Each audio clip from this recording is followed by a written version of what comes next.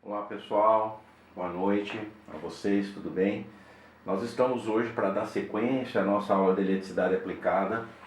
Hoje a gente vai falar de circuitos elétricos. Os circuitos elétricos, na verdade, é a ligação elétrica usando fio condutores interligando a rede elétrica aos bipolos elétricos. Então, portanto, na primeira etapa de distribuição de energia, a gente precisa entender como é formada uma rede elétrica. A rede elétrica, no seu primeiro elemento, ela é formada pelos geradores elétricos. E quem são esses geradores elétricos? Os geradores elétricos são as usinas. No Brasil, a gente tem um padrão de usina que são as hidroelétricas.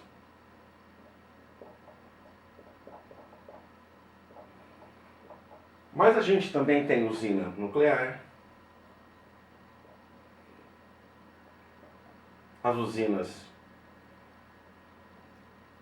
eólica, termoelétrica,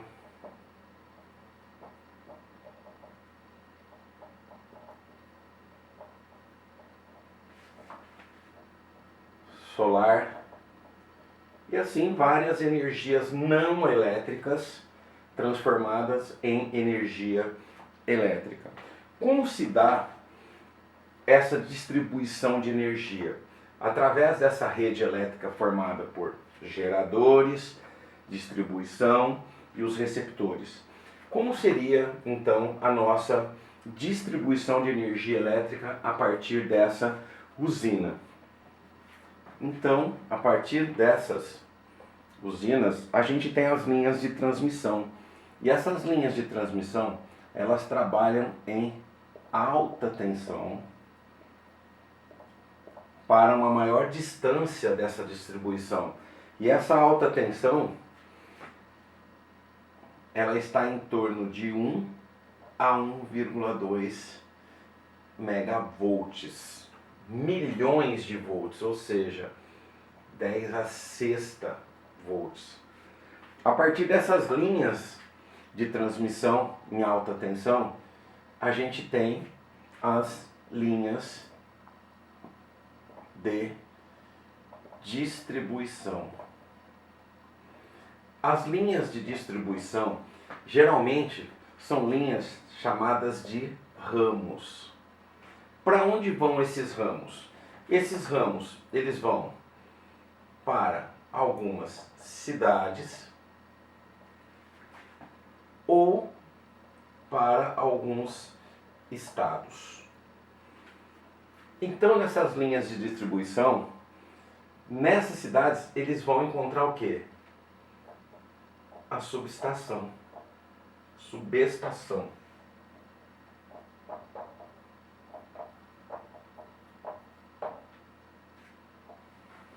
Essa subestação, né, ela vai fazer a distribuição para as nossas cidades. Como que seria feita essa distribuição a partir de uma subestação?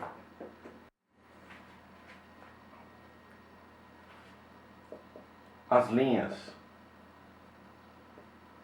de distribuição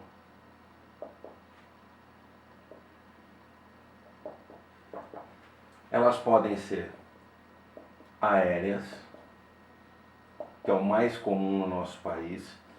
Elas podem ser subterrâneas,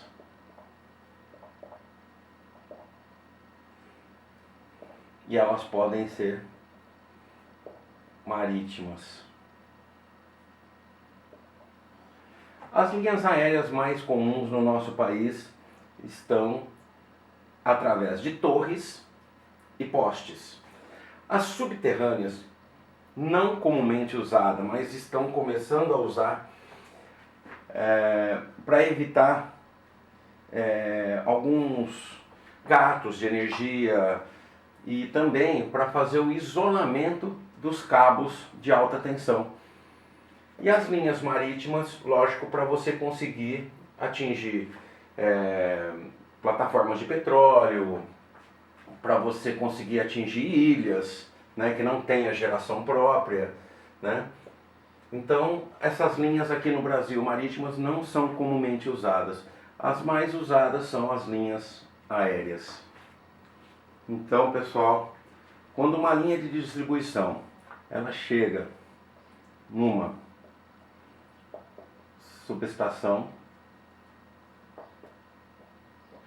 o que acontece nessa subestação? Acontece que essa subestação ela vai abaixar, né, da linha de alta tensão. Quando chegar numa linha de alta tensão, ela vai trabalhar na tensão de 13,8 kV, que é o nosso padrão brasileiro. Esses 13,8 kV, eles seriam distribuídos em uma outra linha de distribuição para as cidades. Ou seja, são aqueles 3 fios horizontais que estão bem no alto do poste, que vocês estão vendo aí pela imagem, né? Eles vão fazer a distribuição em 13,8 kV. A partir desse momento, a subestação que necessita de uma manutenção preventiva,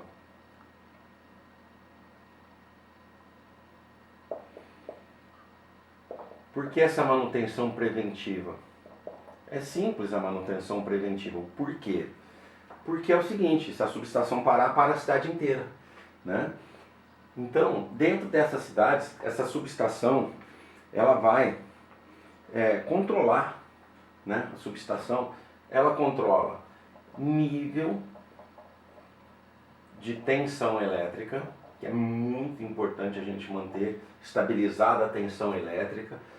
Ela controla também a potência instalada.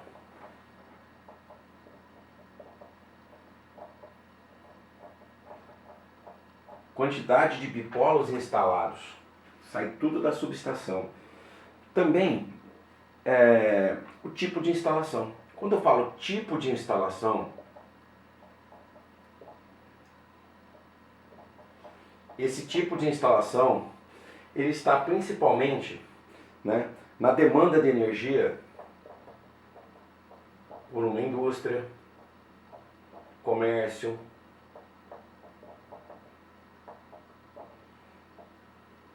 hospital, residências,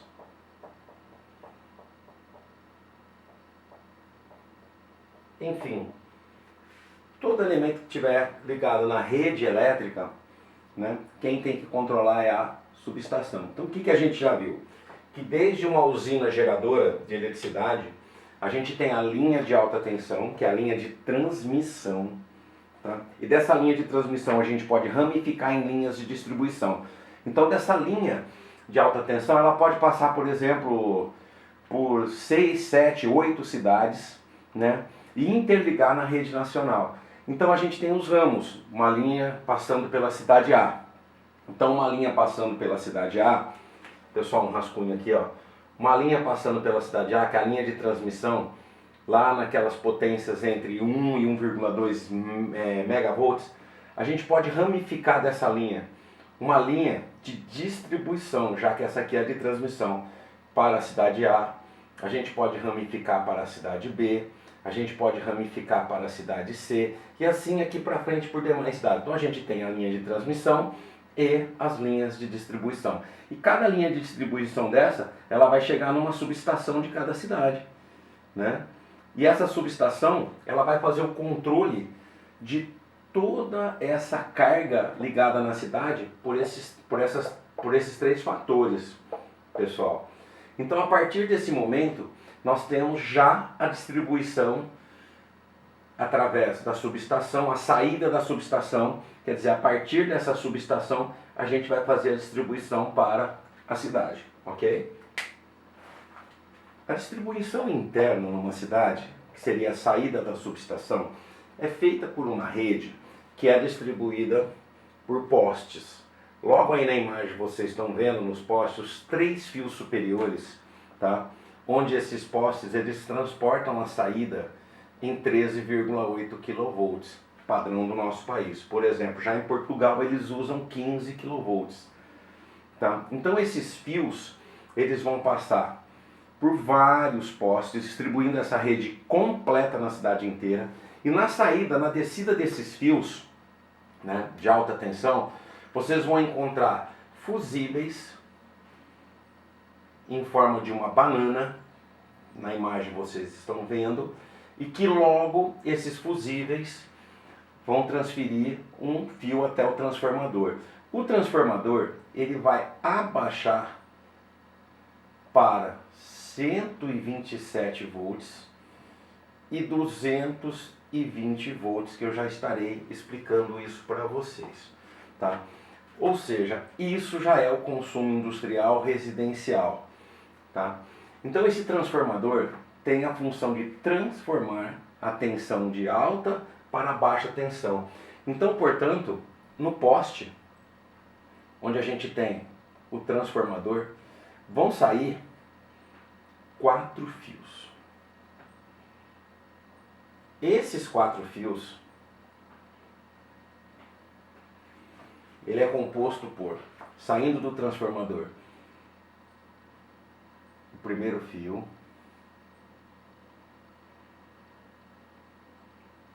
o segundo e o terceiro.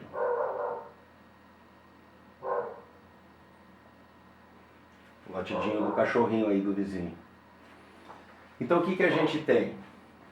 Nós temos o primeiro fio chamado de fio neutro. O que é um fio neutro? É um fio que ele tem o seu aterramento. Então esse aterramento, ele mantém a tensão em 0 volts desse fio neutro. Enquanto que na linha A, que a gente chama de fase, a gente chama de fase de fio energizado. Então a primeira fase, chamada fase 1, tem uma tensão de 127 volts, na verdade um potencial. A fase 2 também, a fase 3 também. Então, portanto, quando a gente vai ligar um bipolo, toda vez que a gente usar um fio neutro e um fio fase, a gente vai ligar o bipolo aqui, no fio neutro e no fio fase. Então, portanto, a gente precisa receber na nossa residência pelo menos esses 2 fios. Quando a gente liga um bipolo entre esses 2 fios, significa que nós temos uma diferença de potencial de 0 a 127. Então nós temos 127 volts.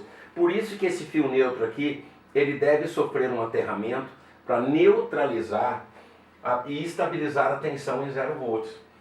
Então por isso que a gente sempre, quando usa um neutro e uma fase, a gente tem 127 volts. Então como que é feito isso? Eles podem tirar 2 fios daqui, ó, um neutro e uma fase, e ligar lá para a entrada da tua casa através de um postinho, onde nós temos o relógio de medição de energia elétrica. E desse relógio que vai distribuir esses fios para sua casa. Então se você de repente vai ligar um ar-condicionado, carga pesada, eles não fazem uma carga pesada em 127, foi o que eu falei para vocês, ó. Na potência pio, se você põe uma tensão baixa para uma potência alta, você aumenta a corrente, para que esse produto atinja aquela potência. O que significa isso? Uma corrente muito alta, você vai precisar de um fio mais grosso. Então por isso que aparelhos com cargas pesadas como chuveiro, como transformador, como ar-condicionado, você precisa de uma potência alta, né? Então o que eles fazem? Eles aumentam essa tensão. Então entraria na sua casa um segundo fio, que seria uma segunda fase. Então eles passariam a fornecer energia dessa fase para a sua casa, que entraria no relógio também. Aí você teria a fase 2. Esses fios então são determinados por cores na instalação elétrica, que vocês vão ver posteriormente. 127 e 127. Então se você ligar o bipolo daqui até aqui, você vai ter uma tensão de 220 volts. Então você precisaria na tua casa hoje, para ter 220 volts hoje, você precisaria de 2 fases. Ah, mas é a terceira fase. Veja bem, a terceira fase, moçada, é uma fase, quando você entra com as 3 fases, você vai conseguir os 380 volts. Então isso é para a indústria. Então numa residência não passa disso não, tá? Agora já no hospital você precisa de 3 fases para distribuir as cargas, tá? Isso ainda não é assunto dessa aula. Então, numa residência, você precisa de no mínimo 2 fios, um neutro e uma fase, para você ter os 127 volts. Então, quando você precisa de algum equipamento 220, você tem que pedir, né, para a concessionária ligar um terceiro fio para você, para que entre fase e fase tenhamos 220 volts. Então, ó, entre neutro e fase, 127. Entre fase e fase, 220. Nós temos algumas cidades aqui no Brasil, são cidades litorâneas, do sul de Minas Gerais, que não tem 127, ou seja, os transformadores não usam 127 volts, eles já baixam para 220 entre neutro e fase, tá? Então, entre neutro e fase, 220. Então, o que acontece? A gente não tem mais esse 127 aqui, ó. Então, a gente tem 220 volts entre neutro e fase. Então, a gente só tem que usar equipamentos de 220. Então, tem que comprar geladeira 220, tem que comprar tudo 220 se não for automático. Então, pessoal, tomar um cuidado que quando a gente faz uma mudança para uma cidade dessa, a gente tem todos os eletrodomésticos em 127 volts, a gente tem que usar um transformador. E o que o transformador é? É uma bobina, né, que trabalha por indução magnética, que ele faz o abaixamento dessa tensão. Então essa bobina, ela fica ligada direto na rede e o transformador ele vai soltar aqui 127. Ah, mas eu desconectei o equipamento, o transformador continuou ligado. Está consumindo energia? Está sim, porque a corrente elétrica está passando por essa bobina para gerar um campo magnético para induzir uma corrente no secundário. Então esse transformador, ele está consumindo energia, ele está dissipando calor. Então isso é um grande consumo de energia quando a gente tem esse problema de mudar para uma cidade que só tem 220. Então a conta de energia vai ficar alta. O consumo de energia aqui é pela potência desse transformador. Para a gente concluir a nossa aula informativa, então, temos lá um poste, né, com a rede de alta tensão e com o transformador aqui preso ao poste. E aqui embaixo a rede de baixa tensão com 4 fios, né? Com os 4 fios que seria neutro, fase 1, fase 2, fase 3. Então prestar muita atenção, porque esse transformador aqui, ó, ele consegue mandar uma potência total dele. Então, portanto, a gente não tem muita opção de ligar muitas residências aqui. Então você põe um transformador que vai, na verdade, fornecer energia para algumas casas